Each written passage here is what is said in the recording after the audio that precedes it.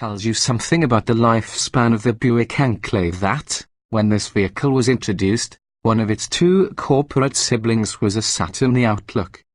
The Saturn soon fell away, and now General Motors' three-row crossover trio consists of the Enclave, the Chevrolet Traverse, and the GMC Acadia. The latter's successor already has been shown.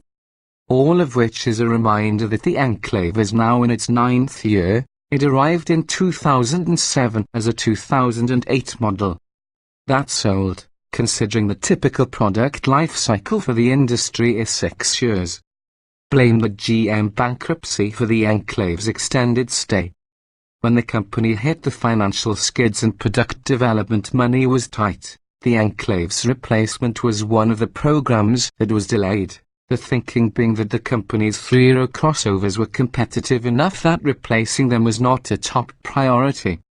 That thinking essentially was correct. If at first you do succeed well engineered when it arrived, the Enclave has remained competitive far longer than might have been expected.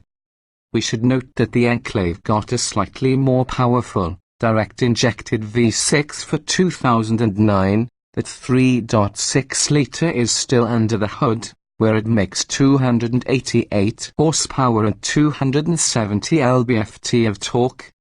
The model got a general fluff and buff 3 years ago that included styling tweaks, interior revisions, additional safety features, and more tech. For 2016, OnStar with 4G LTE connectivity and a Wi-Fi hotspot is standard, and there's now a Tuscan edition that features some bronzer-tone exterior trim. With a long wheelbase and elongated cabin that make for people-friendly packaging, the Enclave is larger than most luxury brand competitors, such as the Acura MDX, the Infiniti QX60, and the Audi Q7. Reflecting that, its standard third-row seat is one of the best you'll find, with a cushion that's up off the floor and decent head and knee room. The second row, 2 individual buckets, as in our test car, or a 3-person bench, is only average. However, the second row seats are on the low side, giving adults that uncomfortable kneesing chest sensation. There's a reasonable cargo hold behind the rear seats, 23 cubic feet, and with all seats folded, max cargo volume is 115 cubic feet, truly huge. The tail of the scale with size, however, comes weight, and the Enclave is undeniably full-figured. Our loaded, all-wheel drive test example crushed the scales to the tune of 5,069 pounds. That's significantly heavier than the flyweight MDX 4,257 pounds or the Honda Pilot 4,302 pounds, as well as the Toyota Highlander 4,578 and the Volvo XC90 4,733. Not that the Enclave is alone in the tow and a Houghton club. At 4,939 pounds, the Ford Explorer Sport isn't far off, while the Dodge Durango V6 5,159 and the new Audi Q7 3.0T 5,080 are also on the high side of that mark. But where the Q7, in particular, seems to defy its weight, scooting to 60 miles per hour in just 5.5 seconds and earning EPA ratings of 18 miles per gallon city and 27 highway, the Enclave's mass tips the scales away from performance.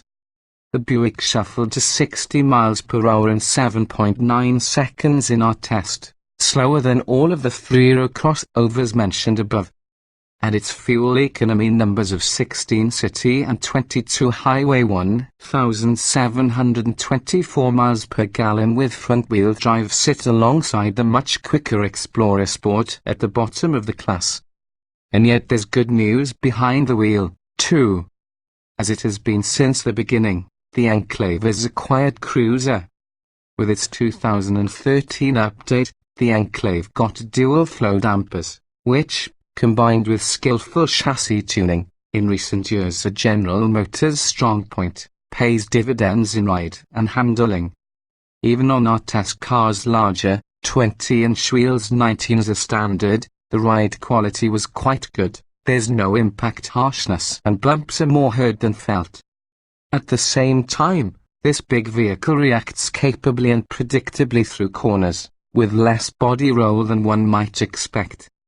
Too bad the steering is overboosted and fails to build any effort as you wind on more lock. Better steering would go a long way toward increasing driver confidence. Drivers reassured by high-tech accident avoidance systems will find most of the latest crop here. A blind spot alert system, rear cross-traffic alert, forward collision warning, and lane departure warning are all available. But adaptive cruise control is missing, and the forward collision warning system does not include automatic emergency braking. Buick's standard IntelliLink connectivity includes Bluetooth phone and audio, plus Pandora and Stitcher integration, but the 6.5-inch touchscreen is starting to look small. Similarly, while a backup camera is standard on all models, there's no provision to upgrade to a 360-degree view. Neither passive entry nor keyless ignition is offered.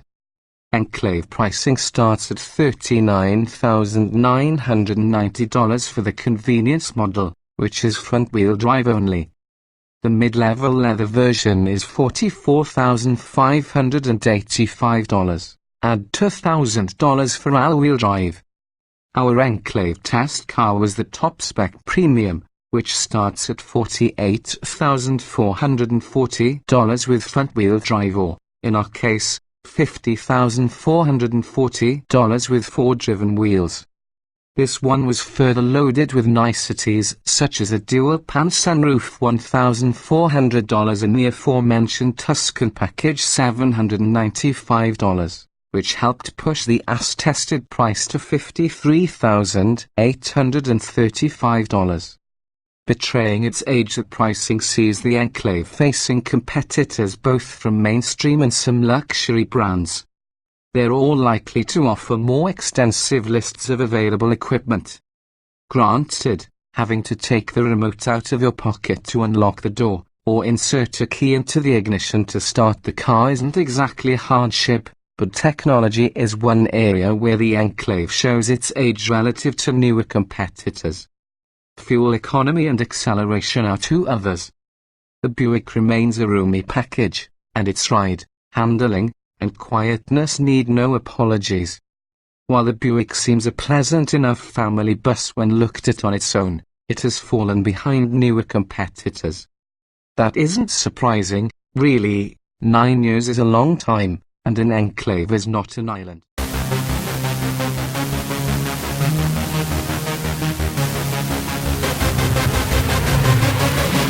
Yeah.